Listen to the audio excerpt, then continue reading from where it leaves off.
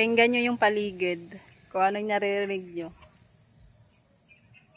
O, diba? Yung ganyang sounds, maririnig mo lang yan sa probinsya at saka pagdating ng hapon o kaya gabi.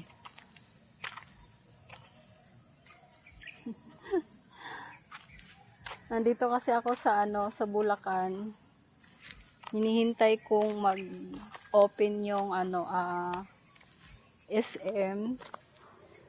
Tapos magkikita kami ng anak ko. Ang dami ditong prutas na hindi nila alam. Ito, prutas to guys. Oh.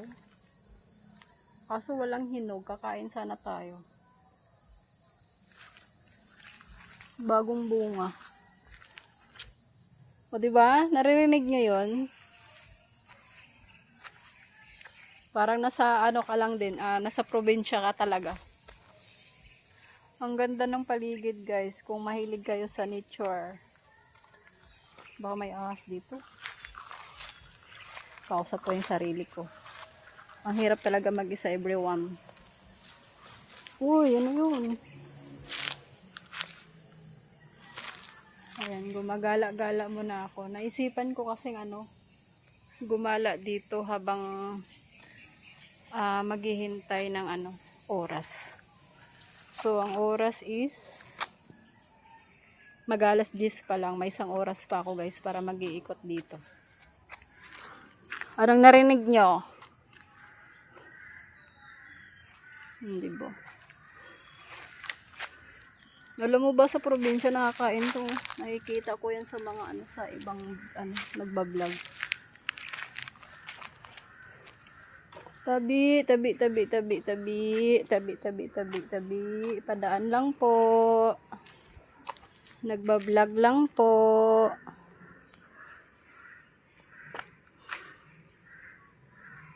Tabi. Padaan lang po. Ang laki kasi ng puno, nakakatakot. Kita nyo.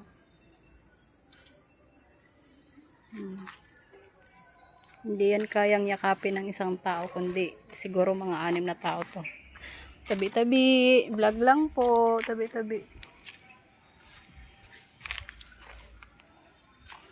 Diba ang gaganda ng malamig, tsaka maraming gumagala dito. Doon banda, nandun sila. Ako lang dito yung nag-iikot. Malamig dito. Ayan. Pababa na tayo guys. Nag-iikot lang ako kasi nga nilibang ko lang yung sarili ko. Tagal kasi ng oras. Di ba ang lamig? Di talaga nila kilala yung na yun, no? Dito yan guys sa grotto ha.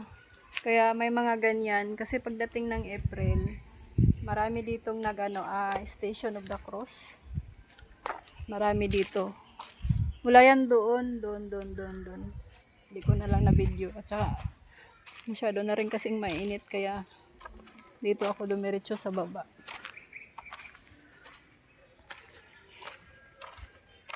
Ayan na, mainit na. Pero pag doon ka sa ilalim ng mga puno, ang lamig.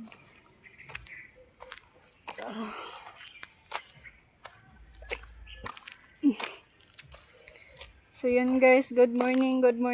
Dahil day off ko, magkikita kami ng anak ko. Kakain lang kami kasi ayaw naman niya magpahanda nung araw ng birthday niya. Kasi sabi niya malaki na nga daw siya. So kakain lang kami. Tsaka day off ko rin ngayon. After namin kakain, konting chika, konting payo sa anak.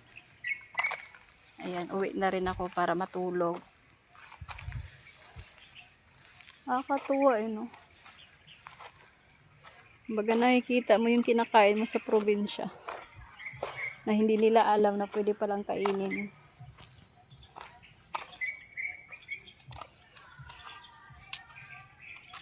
Kalachuchi oh. Ang kalachuchi. Ang dami oh. Hindi talaga yan nila alam guys. So guys, babalik na ako doon. Magtatambay na ako. Kasi mainit na. Masisira na yung mukha ko. Sira na nga to, lalo pang masisira.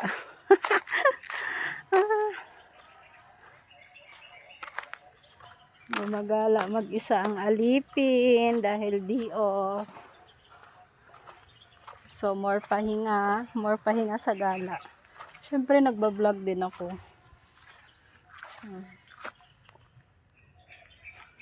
Maganda kasi yung iba naman yung makikita.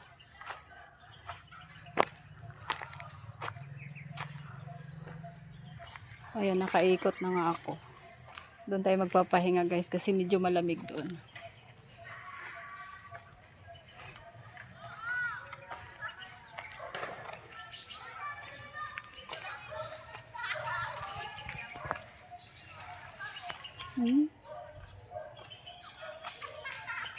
Ang ganda. Peaceful siya. Nakaka-relax kahit pa paano. Yung tipong mag-isa ka lang, marami kang sinasabi. Marami kang hiling. Marami kang gusto. Nasasabi mo mag-isa dito. Sana. Hindi ko naman minabadali. Pero sana may darating sa buhay nating swerte. Saka tiwala din tayo kay Lord. Bababa na ako dito guys. Dito ako magtatambay doon sa baba. Medyo mainit na rin kasi.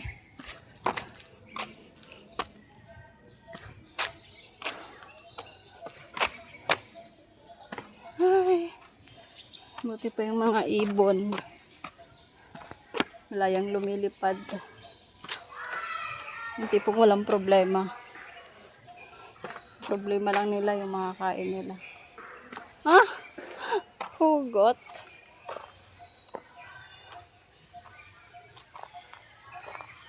So yun guys, dito ako mag-relax. Ay, nako po. Thank you Lord. Dito ako mag-relax. Mamaya mga 11. Or quarter to 11. Aalis na rin ako dito.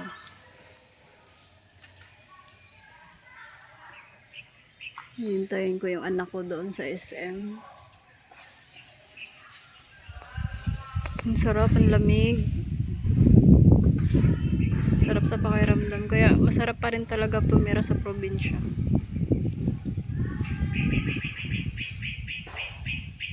Narinig mo yung mga huni ng ibon. Nakakamiss yun.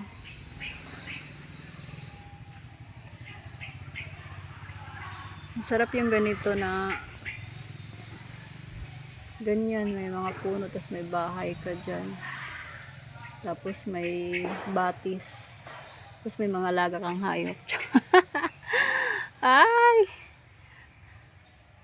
diba guys, libre naman mangarap, diba? Why not? Ayan guys, oh, super relaxing. Marami nagpupunta dito siguro hapon. Mga karamihan dito estudyante. Kasi yung iba dito nagsushooting. Tapos yung iba naman practice ng sayaw. Kasi nga tahimik nga dito guys. Makapag-focus ka. So ngayon parang naramdaman ko yung gutom. Sumasakit na ulo ko. Bukod sa gutom, nandun yung puyat. Kasi dumiretso kasi ako pag out ko. Dumiretso ako dito sa sa Bulacan.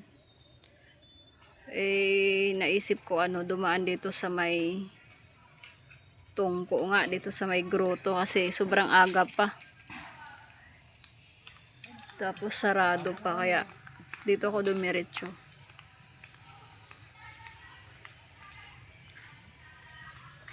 Na ko, yung alam mo yung nalulungkot na may halong saya.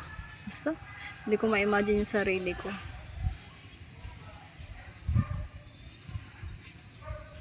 Sarap lang sa pakiramdam, yung kahit mag-isa ako. Pero nakikita ko na yung mga hiling ko lang, yung hiling ko tsaka dasal ko binibigay naman ni Lord. Sarap sa pakiramdam, kaya sana ibibigay naman ni Lord yung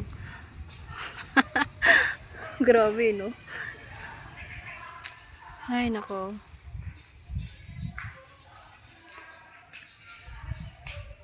kapag mag-isa ka na lang kung ano naiisip mo, kasi nga ang lungkot ng paligid at saka ang ganda talaga guys, peaceful siya, paka peaceful niya. So yun lang, alas 10 na. Salamat sa lahat ng nanonood at lagi nakasuporta sa aking YouTube channel. Dito muna ako, mamaya na ako mag-ASM. Yung itsura ko, Diyos ko.